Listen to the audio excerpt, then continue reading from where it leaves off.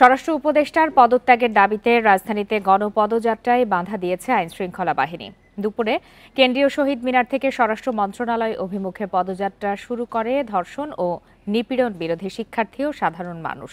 গণপদযাত্রাটি TSC পেরিয়ে স্বরাষ্ট্র মন্ত্রণালয়ের দিকে এগোতে থাকলে শিক্ষা ভবনের সামনে আইনশৃঙ্খলা বাহিনী তাদের বাধা দেয়।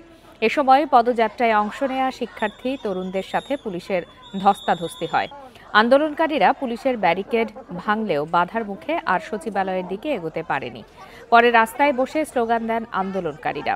এর আগে বেলা 2:15টার দিকে শহীদ মিনার প্রাঙ্গণে সংক্ষিপ্ত সমাবেশ অনুষ্ঠিত হয়। জননিরাপত্তা নিশ্চিতে ব্যর্থ স্বরাষ্ট্র উপদেষ্টার পদত্যাগ, সারা দেশে অব্যাহত ধর্ষণ ও নারী নিপীড়ন বন্ধে কার্যকর পদক্ষেপ গ্রহণ, অবিলম্বে ধর্ষণ ও নিপীড়নের সব ঘটনার বিচারের দাবিতে গণপদযাত্রা হয়।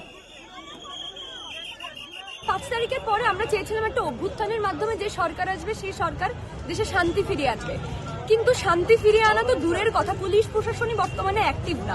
তো আমরা চাই বাংলাদেশে এই ধর্ষণ কাণ্ডগুলো বন্ধ হোক, বাংলাদেশে নারীদের ও শিশুদের, বিশেষভাবে নারী শিশুদের একটা নিরাপত্তা দেওয়া হোক। স্বরাষ্ট্র উপদেষ্টা সব যতভাবে সম্ভব সবভাবে ব্যর্থ হয়েছে।